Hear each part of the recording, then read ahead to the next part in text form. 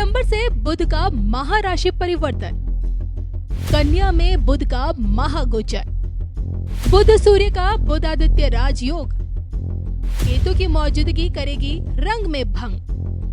12 राशियों पर पड़ेगा कैसा प्रभाव, देखिए सिर्फ धर्म ज्ञान पर। नमस्कार, धर्म ज्ञान के दर्शकों का स्वागत है। कविता राणा मेरे साथ, आचार्य मयंक शर्मा जी में भी स्वागत है आपका। धन्यवाद कविता जी। धर्म ज्ञान के सभी दर्शकों को सादर नमस्कार।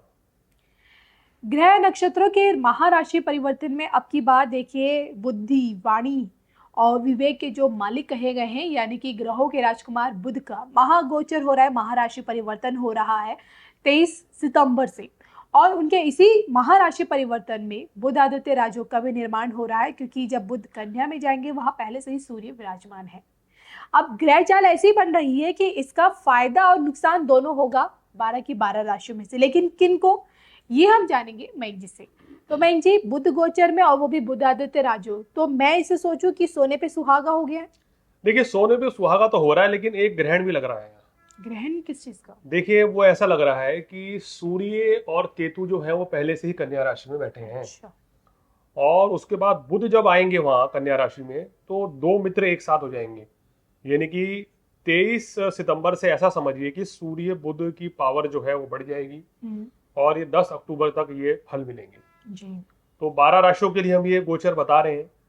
इस गोचर में इस बार सूर्य बुध का जो राजयोग है वो पूर्ण बली नहीं रहेगा। कारण क्या है? क्योंकि केतु साथ में बैठे हैं जी। तो ये बात ज्योतिष में समझनी पड़ेगी सभी दर्शकों को कि सूर्य बुध का बुधादित्य राजयोग का शुभ फल तब कम मिलने लगता है अगर उसके साथ कोई अशुभ ग्रह की युति हो जाए। यहाँ ये भी नहीं भूलना चाहिए कि सूर्य केतु का ग्रहण दोष भी बना हुआ रहेगा और ये 10 अक्टूबर तक कंटिन्यू रहेगा जी। अब वीडियो बनाने का मकसद यह है कि बुध का गोचर हुआ तो ये वीडियो बन रहा है, लेकिन ये युति होए त्रिग्रही योग बन जाएगा। जी। तो सूर्य बुध केतु 23 सितंबर से लेके 10 अक्टूबर तक एक साथ चलेंगे।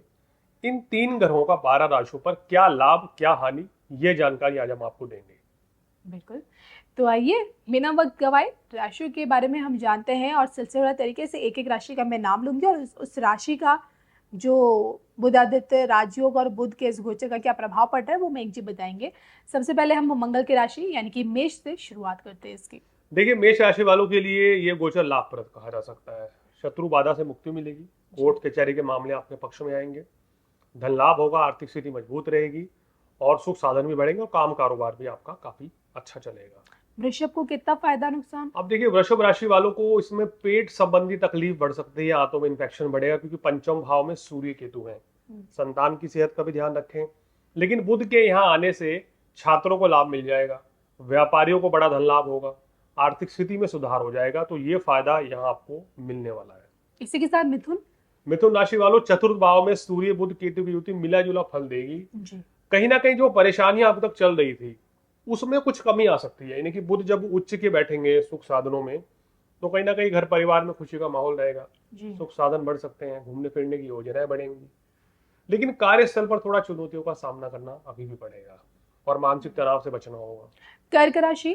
कर्क राशि वालों के लिए अच्छा है ये गोचर। आपको मित्रों से लाभ, विदेशों से लाभ, काम कारोबार में सफलता, आपकी आर्थिक स्थिति बहुत अच्छी रहेगी और भाग्य भी आपका साथ देगा।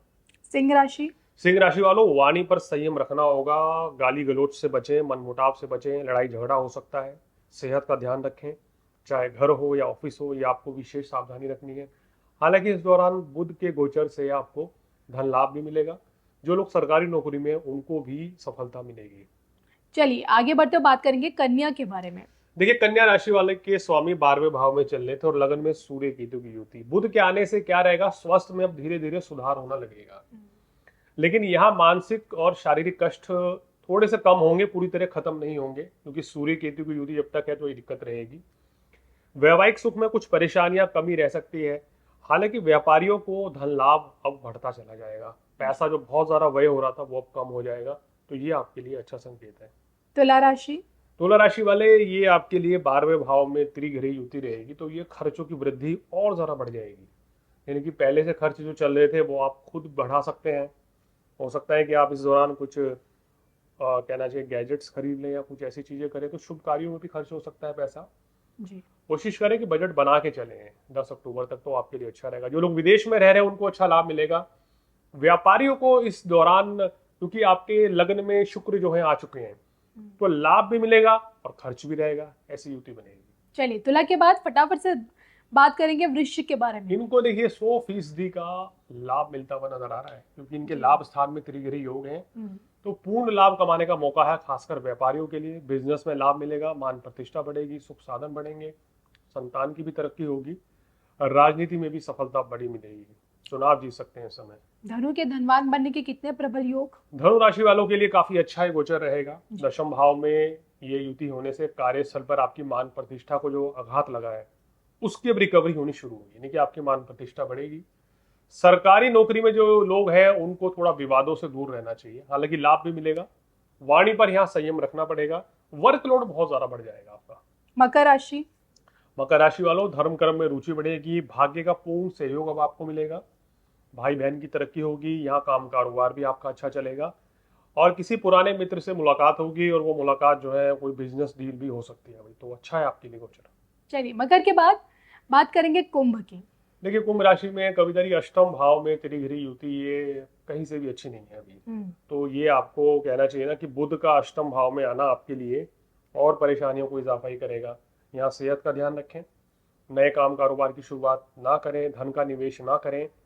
हालांकि शुक्र का गोचर जो अभी 18 तारीख को हुआ है सितंबर को, ये आपका भाग्य जरूर कुछ ना कुछ आपको भाग्य के द्वारा लाभ कमा के देगा जी, लेकिन एक पूर्ण लाभ लेने के लिए उसमें थोड़ा सा भी समय लगेगा जी। चलिए, इसी के साथ अंतिम राशि यानी कि मीन।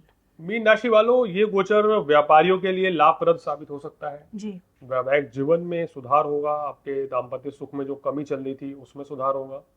गलत फहमियां अगर आ चुकी रिश्तों में तो ये दूर करने के लिए सर्वोत्तम समय रहेगा आपका। इस दौरान अपनी सेहत का ध्यान रखें, मानसिक तनाव से बचें और धन का कहीं निवेश ना करें। अगर आप लॉटरी, जुआ, सट्टा या इस तरह की चीजें खेलते हैं तो भाई उसमें लॉस हो सकता है, ध्यान रखें।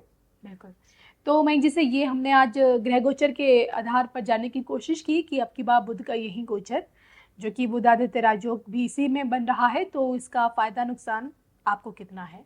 उम्मीद करूंगी कि वीडियो आप लोगों के लिए फायदेमंद साबित हो, और हम दोनों को इजाजत भी दीजिए। नमस्कार।